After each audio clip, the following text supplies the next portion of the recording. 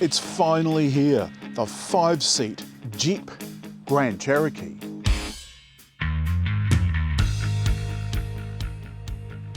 This is a substantial car, and it would be a mistake to think that it can't do everything that a proper four-wheel drive can do. The Wrangler, for example, or perhaps a Range Rover. This is a Range Rover, but kind of a cheaper one.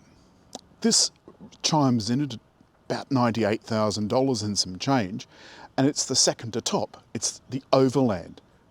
At the top sits the Summit, and that's a 4xe, and that's a plug-in hybrid as well. Now that means you can go anywhere this car can go, but you can go cheaper. And unlike some SUVs that we've tested, this one will squat on its air suspension to let you out. It'll also raise itself to climb over rocks and so forth, and it depends on the program. The grille does still look a little bit like an electric shaver, but I still think it's rather handsome. I think this looks butch without being bogan. From the side you get a true appreciation of how big this really is, and believe me, that inside is absolutely enormous. And the tiles, you'll notice, have a little bit of sidewall to them, which means they haven't got those massive 22-inch rims that, say, you get on a Range Rover. There's no way you can go off-road with those. It's got the trail rated 4x4 badge, and all four doors have touch lock and touch unlock. And the rear windows, they're tinted. The rear hatch has a kick to open function, as well as a lock button, which I think is really important. It stops you from having to schlep around the side when you put your groceries in. Not only that, there's a camera here that's got a little baby washer, which helps when you want to reverse and get some of the schmutz off if you've been out trail driving, trail riding, whatever. Inside, there is a spare tyre, and it is rated to 75 miles an hour or 100 and something or other, 120 kilometres an hour. And this is unbelievably spacious. There's a 12-volt DC outlet. And this, funnily enough, is where you lower the rear door.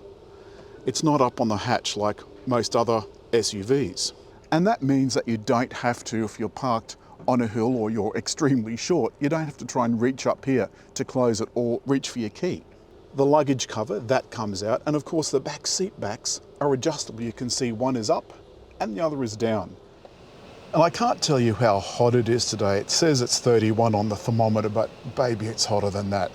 But I can heat or cool my rear seats, leave the whole system in auto. There's 2 climate zones back here, an extra household outlet, and look at all those USBs. Not only that, and I love this, it's a shade. It may not seem like it, but when the roof is open, there's an awful lot of sun in here, and that does make this a very light and airy cabin. Or you can make it nice and exclusive, VIP. And the leather is absolutely beautiful. And there are nice touches like wood too. And I love the B-pillar vent, in addition to the centre vents. It means that everybody gets lots and lots of air. The front, similar kettle of fish. I've got the seat cooling on here in the front as well. There's no heads-up display, which is a little bit of a shame, but there is a lovely digital dash, and you can change the appearance of that dash with these choices. And like all Jeeps, there's buttons on the back of the steering wheel for volume and channel selection. There's a bunch of USBs down here as well, and this shows you exactly what the car's doing.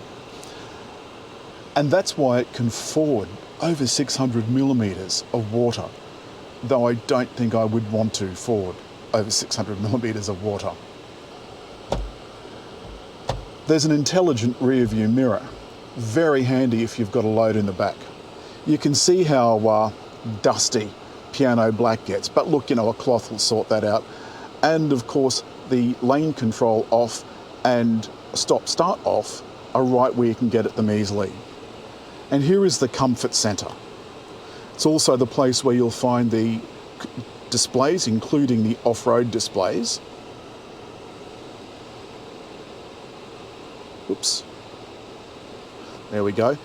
And that shows you exactly what the car's doing, what the axles are doing, what the suspension's doing, and so forth. You put it into drive with the central dial selector, and if you've got your seatbelt on, it will release the seatbelt. Once we get going, the car raises itself to cruise height, which it says is aerodynamic. Though I think in a car this big, it probably doesn't make that much difference. If you're wondering what the hissing is, it's because I've got the fan up high because it really is hot and I'm schwitzing. Although Grand Cherokee is a very big car, it is incredibly easy to maneuver. I've got the steering set on comfort.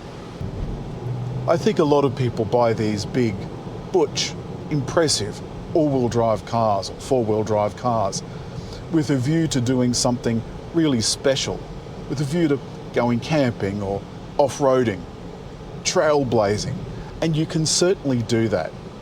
There's little Jeeps on the back windows that say so. But the life of this car, this 100 grand car, is probably going to be spent doing exactly this, tootling around the neighbourhood. And at the moment I'm doing about 16 litres per 100 kilometres. I haven't yet shown you the cameras, and you can get at those by going into reverse or going into some of the vehicle functions. For example, the surround camera. The clarity is pretty good, especially on the front camera. The smaller the picture, the better. This one gives you a great view for parking, and this is what comes up when you select reverse. The media. I've got to talk a little bit about the sound system. This isn't the top model, so it doesn't have the top sound system, but it is still unbelievably impressive.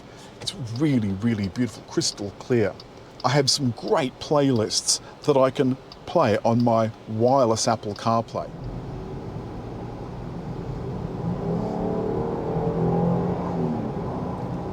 That Pentastar really does sound beautiful. There's nothing quite like that smooth, silky sound of a really smooth V6. Does make it thirsty. Of course, that's what the 4xe sorts out. You can plug that in at home and then use the power to get some pure EV motoring. And when that runs out, it'll just run like a hybrid. Also means you can do nifty things while you're out and about.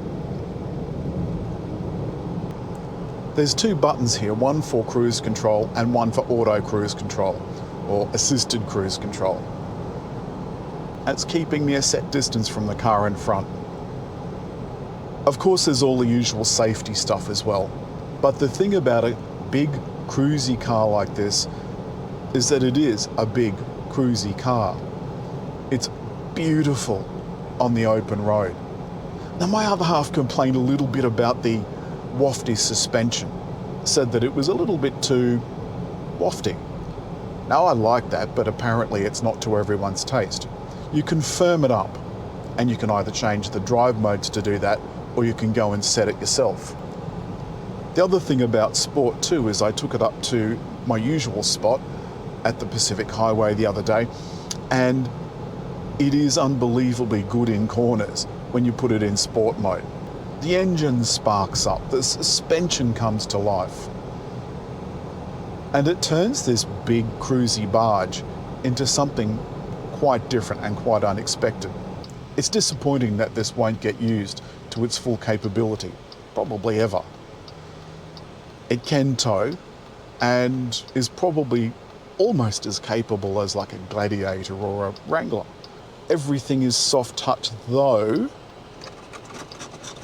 that plastic is quite scratchy in a 100 grand car. That was a real surprise.